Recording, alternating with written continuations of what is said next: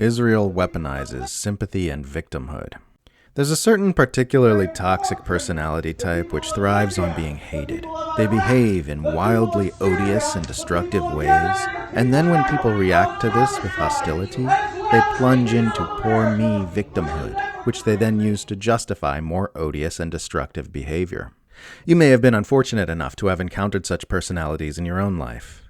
They behave atrociously, and then when people react to it, they say, "See? I really am being persecuted." Hillary Clinton is a perfect example of this personality type taken to the extreme. People hate her because she's a phony, egomaniacal sadist who has spent her entire political career pushing for mass military bloodshed at every opportunity. But she then frames this hatred as evidence of widespread misogyny and far-right extremism, which is why the world desperately needs Hillary Clinton to help fight those things. Any remotely normal person who was both as wealthy and as despised as Hillary Clinton would have simply retired from public life to enjoy their hundreds of millions of dollars, blissfully sheltered from the vitriol and condemnation of the common riffraff. But Clinton keeps showing up, adamantly refusing to go away, because the hatred she receives is actually what fuels her entire personality dynamic. We see a large-scale version of this same dynamic with the State of Israel. A Jewish anti-Zionist Israeli named Alon Mizrahi posted an interesting piece on Twitter a few days ago that's been rattling around in my head ever since, wherein he argues that Israel is actually intentionally generating hatred towards itself in order to shore up political power.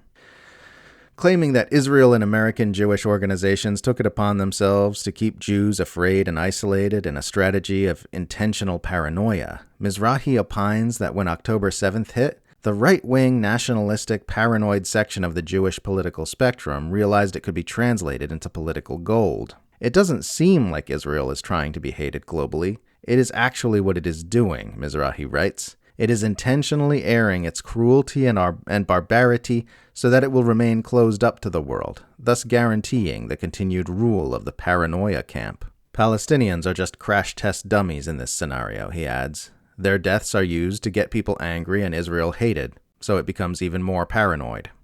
Now, whether you accept or reject Mizrahi's perspective, you can't deny that Israel's apologists have been seizing on the outrage its actions in Gaza have caused as evidence of anti-Semitic persecution. The Anti-Defamation League started categorizing pro-Palestine rallies as anti-Semitic incidents, including rallies organized and attended by Jewish groups, leading to the Israel-friendly mass media reporting a massive spike in anti-Semitism in the wake of October 7th. Common pro-Palestine chants like "From the river to the sea, Palestine will be free" have been deceitfully labeled calls for genocide of Jews, and any criticism of Israel's actions is met with a deluge of accusations of anti-Semitism. Once Israel and its Western supporters succeeded in framing any opposition to the Israeli government as evidence of anti-Semitism, it was guaranteed that any time Israel does something evil will cause a new wave of anti-Semitism per those standards. This perceived hatred and persecution could then be cited as evidence why Israel needs to be even more violent, militaristic, and tyrannical than it already was, and why its brutal treatment of Palestinians is justified and correct. This in turn could be used by Western governments to justify pouring more weapons into Israel and providing military support against its neighbors. In this dynamic, anything Israel does causes more people to hate Israel both in the Middle East and around the world, to which Israel responds by tearfully proclaiming, "See, they hate us! We must defend ourselves against their hostilities." This is not the sort of behavior you would accept from someone in your life, and it shouldn't be the sort of behavior we accept from nuclear-armed ethno-states. As with any other widespread dysfunction, the key to dismantling this one is to spread awareness of what it is that Israel is doing. And what Israel is doing ultimately is weaponizing sympathy and victimhood. When somebody is using a weapon to hurt others, you take their weapon away. The world needs to stop giving Israel sympathy and stop buying into its victimhood narratives, because those narratives are only ever used to justify more and more Western-backed atrocities.